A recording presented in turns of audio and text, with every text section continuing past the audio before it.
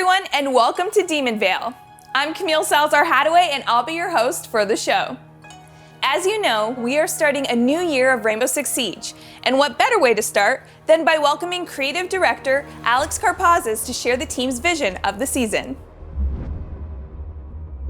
So Year 7 Season 1 is huge for us, and it's the season of game changers. We have Azami, one of the most complicated operators we've ever had to make.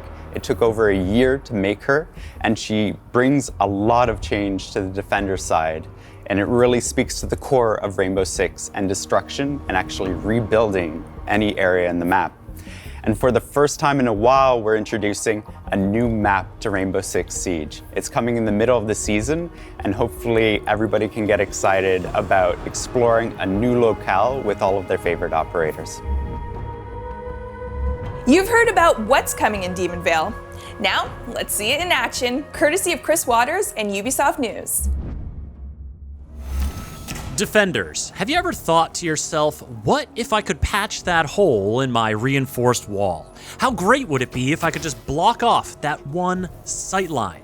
I know they're about to come through that doorway, that window, that hatch. What if I could just seal it up? All these questions you ask yourself, Azami answers with her Kiba barriers. The Demon Veil Defender is ready to reshape the battlefield, and later in the season, you'll have an entirely new place to play with her gadget with the arrival of the Emerald Plains map. And that's not all. The launch of Demon Veil will be the launch of Attacker Repick and Team Deathmatch. It's gonna be a big one, so stick around to see all the updates coming to kick off Year 7 of Rainbow Six Siege. Azami's gadget is going to be a game changer for defenders, and game designer Dominic Clement is going to tell you more about it. But first, creative director Alex Karpazis and gameplay designer Jeremy Carvan are going to shed some light on Azami's design. And I'm going to need all the details on that suit.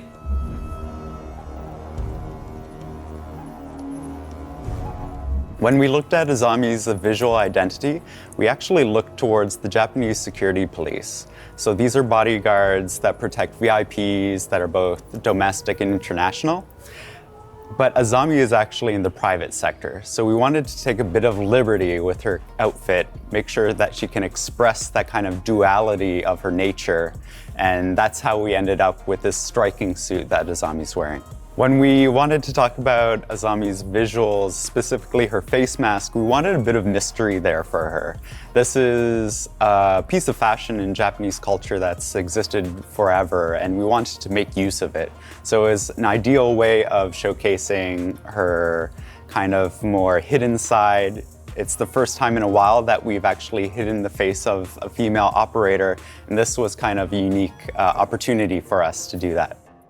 We worked with our Japanese colleagues and poured through a bunch of kimono patterns and traditional patterns from the Japanese culture, and we actually settled on cranes because it was a nice kind of analogy for her gadget. The cranes are very powerful, and we kind of see that in her operator icon as well, where the crane kind of transforms into her gadget, which are the kunai.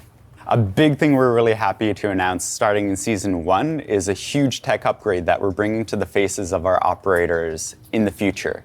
So this starts with Azami, where we've redone a whole bunch of things such as skin shaders, hair shaders, eye shaders. We've also upped the amount of poly count for the headgear and the face itself. And so you'll see a lot more life and a lot more detail in future operators. And because Azami's wearing a mask, we wanted to make sure that you could see the full kind of upgrade, and we're including this with our benchmark character, which was Thunderbird. So in Season 1, you're going to see Thunderbird and Azami both using this kind of new tech we've developed, and the team's worked incredibly hard to make sure we'll bring new life to our characters. So the main goal with this improvement of technology is not only to connect better with the characters, but also to make sure that we have all the tools necessary to have a diverse cast, that we're not held back by what kind of character designs we want. And so you're going to see this in our customization and our new operators that are coming in Year 7. I think the first part when we try to design a gadget is to really understand what is the gameplay mechanics behind it. What we were looking for was something super sharp, something that can stick into a wall, like pierce the wall and stay in place into it. The kunai came pretty naturally. That's a very, very iconic shape. And when we saw it, we knew that that was the thing we were looking for. The second part is the patch. For the patch, we were looking for something that can adapt to a lot of different situations, like collisions and props and so on. And so we went to internet and we were looking for the chemical reactions that we can find. And we found one that transformed a gas into something solid. And we decided to take that road. And that's why on the kunai, we added these two canisters. So one is for the gas and the other is it's the compound that solidifies the gas. And finally, the last part is the arm mechanism. Azami is a bodyguard. She's a very high fashion operator. So we thought that it was cool to hide something on her arm to add this mechanic to our dressing. So for the very first time in Siege history, we're going to have an operator that can patch up holes. Azami brings the Kiba barriers, which are a kunai-shaped device that you can throw, and when it sticks, it will release a gas that will quickly solidify into a bulletproof surface. So the idea of having an operator that can patch up holes is something that comes up pretty much every time you ask someone to come up with an idea for an operator. We've had many operators that can destroy the map in many different ways. When you think about Siege, you think about destruction, you think about how the map can really change all the way throughout the round. There weren't any ways to rebuild the map, and we come up with this idea of having something that you can throw and really be free in the way you want to deploy your patch. The role of Azami is really an anchor. You know, she's an architect, so you want her close to the objective. You want her close to your anchor players so she can provide the necessary cover for them. You want her close to the walls that you're gonna expect some form of breach. So you want her on site. That's where she's the strongest. So Azami is a total game changer. Literally. For the first time and ever, the defenders can actually protect themselves from vertical play, which is something that was never possible before. If you had a buck or a sledge right above you, making holes on the floor, you were kind of, in panic and you had to run away, you had to get out of there. There wasn't anything you could do, but now you can. Now you can throw a patch, you can throw a Kiba barrier there and actually provide you with some real cover vertically, which is something that it's completely new for Siege. You can patch a ace hole, Ibana hole, anything you can think of. You can also even patch up a hatch that's been open. The possibilities are really endless, and it's really something that would completely change the game. We're sure of that. So the loadout for Azami, in terms of primary, she's equipped with the 9x19 SVN, which is the SMG that most people would know as Kapkan's SMG. On other option, you can also bring the ACS-12, which is the sort of like auto shotgun that you can see on Maestro and Alibi. And secondary weapon, she brings the D50. In terms of generic gadget, she brings the impact grenades and barbed wires. So the reason why we went for the 9x19 SVN and the ACS-12 is if you want to play Azami as more of a frag centered operator, you want to make sure that you can, get your frags. You're going to go probably with the 9x19 SVN because it's a very good SMG, good rate of fire, low recoil, good mag capacity, so it's a very good gun to frag out. But you can also go with the option of the ACS-12, which still provides you with quite a lot of damage, but it's also going to bring a good amount of destruction. So for an architect, it's a very useful tool. The D50, it also brings a decent amount of destruction. So again, for an architect, it's a good thing to bring. The impact grenades, well, for someone that reshapes the map, it's kind of like a must-have. And we also gave her the barbed wires because the barbed wires are a very useful tool to reshape the flow of the attack. She works really, really well with operators like bandits because she can provide covers that weren't existing before. She can create bulletproof surfaces that can really protect a bandit that's actively trying to ban trick.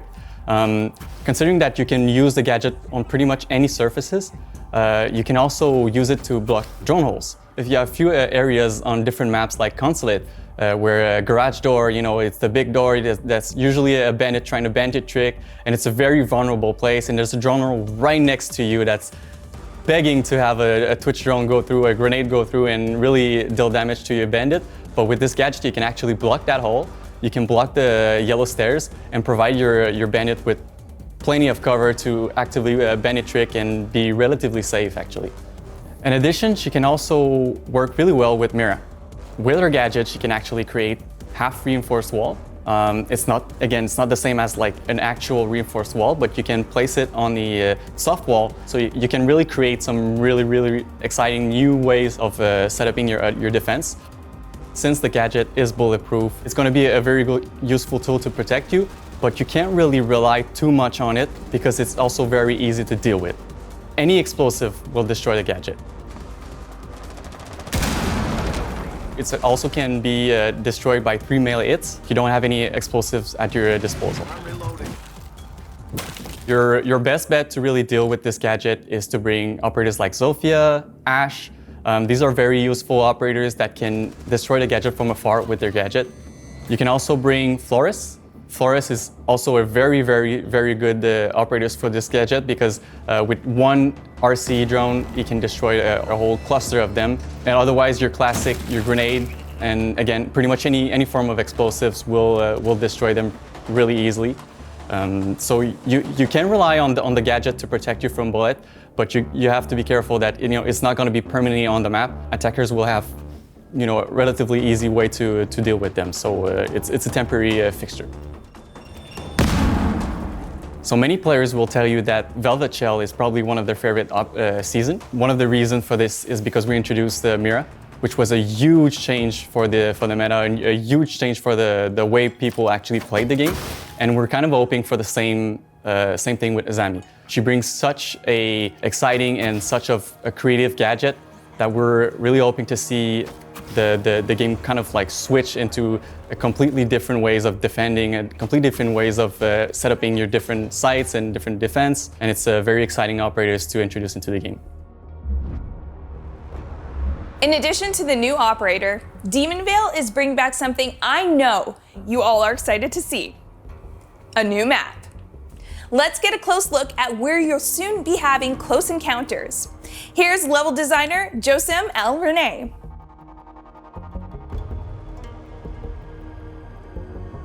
We're really excited to bring a new map at Year7 for the players. It was a really big challenge to secure something that is fresh, that feels new, but also that keeps the same level of quality standard that we've accustomed our players to. So the map is set in Ireland. It's a older style, classical style manor or castle.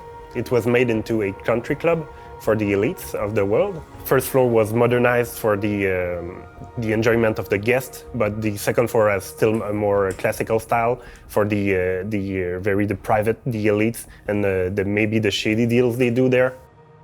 Coming back after so long creating a new map, it was hard to get a new starting point in terms of thematics and vibe that we wanted. Finding the location was a challenge for the team, but I think we really hit the target right in the bullseye and created something that is quite unique and enjoyable. We really wanted to take what we've learned with the old maps and really bring a new one with those learnings. I really like when I know where I am, I know what is coming next. That's something that is really important to make a map enjoyable, is that it's easy to learn. And the faster you get to know the map, the faster you'll get enjoyment out of it. And that's what we strove for. During High Caliber, the team debuted the lab test server with Team Deathmatch and Attacker Repick. For more on how that went, welcome back Deanna Stanley and a couple of familiar faces.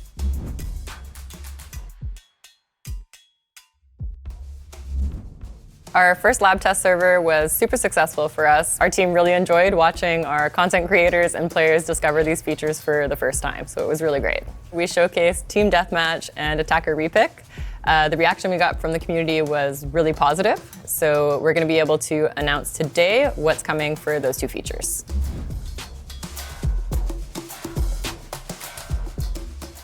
So we are super excited to finally let players play Attacker Epic. We've been talking about that for a while. And going through player feedback, we see that everything was working as expected for us.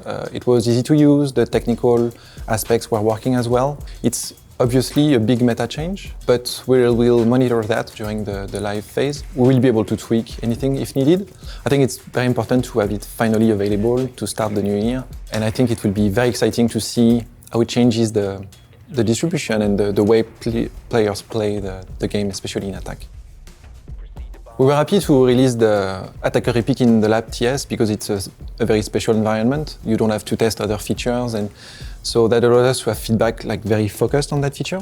So that helped us a lot trying to know what was working and what wasn't working in the feature. So yeah, thank you to everyone that played on the lab test server. It made a huge difference for us. It gave us the confidence to be able to release that feature. We're really thankful for that.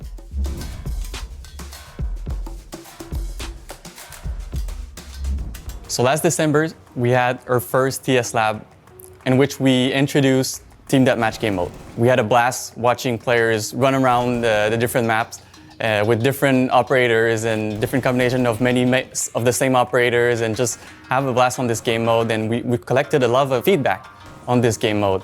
And it was super fun to read all the feedback. It was honestly overwhelmingly positive, which is why I'm super excited right now to announce that, well, this game mode is going to be coming in this season with all the awesome content that we've already announced. This is a permanent game mode, so this game mode is here to stay. And we're super excited for you to jump in and get more people to experience this awesome game mode that we worked on.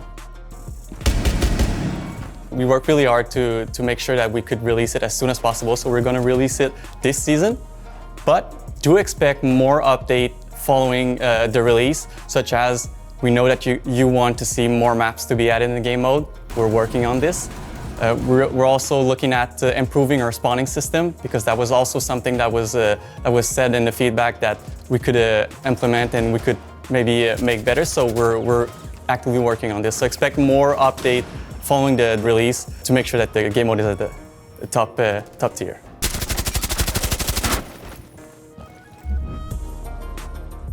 Okay, this next one is for folks who play as Goyo, or who play against Goyo. If that's you, Teresa Rico, Quality Control Lead from Ubisoft Barcelona, has some news.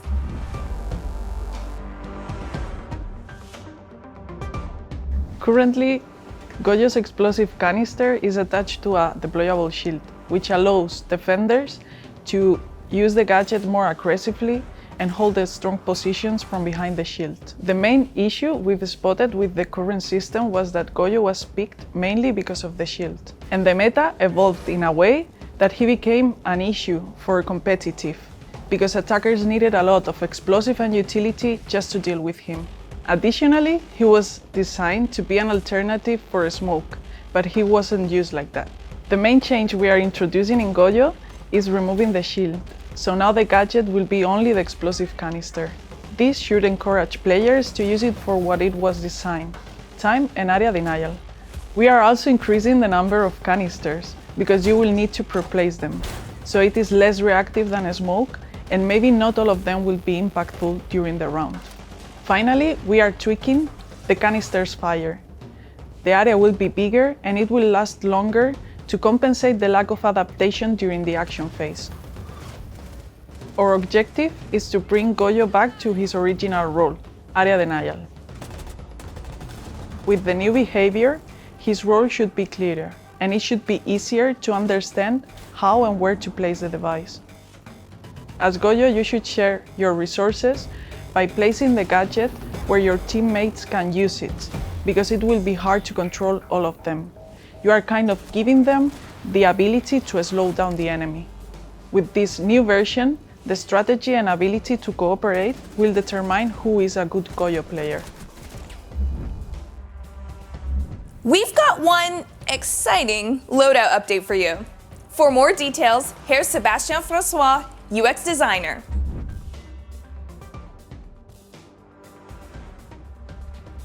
So when we released new sites and scope in Year 5 Season 3, we opted to to distribute them in a way that would make each operator loadout feel special and unique. But we realized that players felt frustrated that they didn't have access to all the sights on any weapon.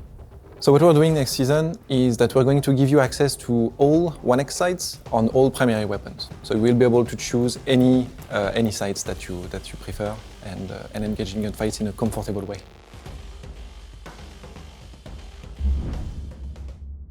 Our PC players have been using the match replay feature to analyze tactics and strategy, learn from their mistakes, and create content.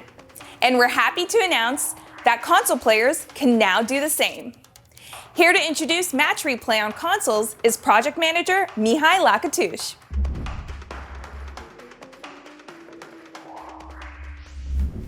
Yes, indeed, you heard it right. Match replay is coming to console finally. We're so happy to give this feature to our console players. We've been waiting for a long time. I know they've been waiting also for a long time, so we're pretty excited and happy to offer this feature with the new season that is coming. So first of all, I just want to let you know that our console players, they've always been in our focus. We always wanted to give this feature to them. It's just that on console, we want to have a certain degree of quality. So if you remember when we first released Match Replay on PC, it was in an alpha version, meaning it was in a rough state. But since then, we improved a lot. We did a lot of optimizations and, we added new features to it. So we believe now we're in a better spot. The development was a bit tricky, just because Rainbow Six, it's a very complex game that has a lot of underlying systems like, for sounds, for visual effects, for distraction, you name it. What we're doing, we're taking each system one by one and we make sure we can record it and play it back accurately. And this will translate in taking a lot of time. So this is why there was a delay between PC and console. On console, we have some constraints when it comes to disk space compared with the PC platform. So this is why we will be able, with our first version, to guarantee you that you will have your latest 2 hours of your gameplay available. Also, we're gonna still keep the 12 replays, maximum amount of replays, but your latest 2 hours will be there. So after these 2 hours, when we reach this limit, we will start deleting your oldest replay. But be assured, your 2 hours are there to be watched and create your awesome moments. Demon Veil will also be launching with some new player protection measures, and Emmanuel Larive from the player behavior team is here to tell you more.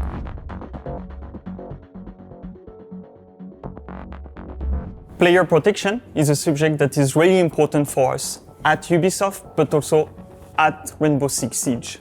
With Season 1 launch, it will be mandatory to have your phone number added to your account to play the ranked game mode. Following that, it will help us to fight against smurfing and also alleviate some cheating cases. Last season, you met associate producer Deanna Stanley as she presented our new R6 Fix platform. Now, she's back to sweeten the deal for everyone out there, making Siege a better game.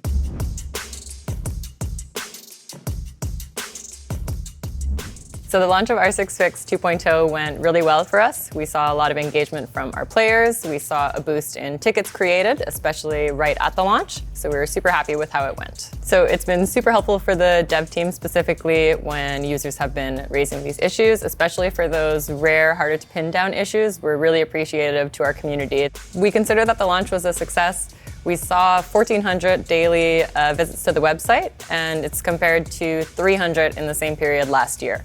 So we think that the version 2 and its improved user experience really made a difference for our players. So as we mentioned last season, we do have some news to share about our new incentive program. So starting with the Year 7 Season 1 season test server, we'll be tracking the issues that players enter on R6 Fix. Depending on the severity of the bug that's reported, a player can get up to 12 alpha packs that guarantee 4 rare, 4 epic, and 4 legendary items per season. So that's for a high priority bug of the highest severity, but even for those smaller issues, as long as they make their way into our internal systems, players can still get 1 of each rarity. So we hope that this is going to help our players feel incentivized for the help that they're providing the dev team. We're super appreciative of players who are spending their time to help us identify those issues, and we're happy to be able to just give something back. So we hope this is going to be a first step, and we hope we're going to be able to do more stuff like this in the future. So even though this launches with the Year 7 Season 1 test server, it also applies to live servers. So starting with the opening of the test server, you can report any issue on the live game or on the test server, and that's going to count towards your rewards for the season.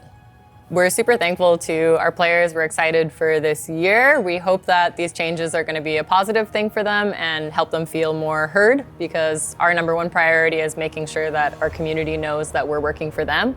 We want to keep the game as enjoyable as possible, and we know that sometimes it can take time, but hopefully the incentive program is going to be a first few steps towards regaining that trust with our community.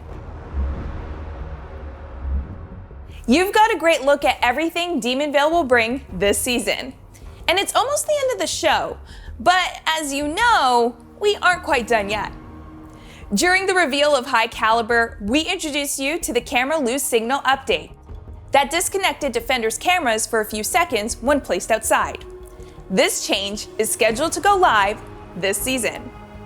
Experience all the content dropping with Demon Veil on February 21st. And one more thing, here's an exclusive elite skin for Nomad. Enjoy.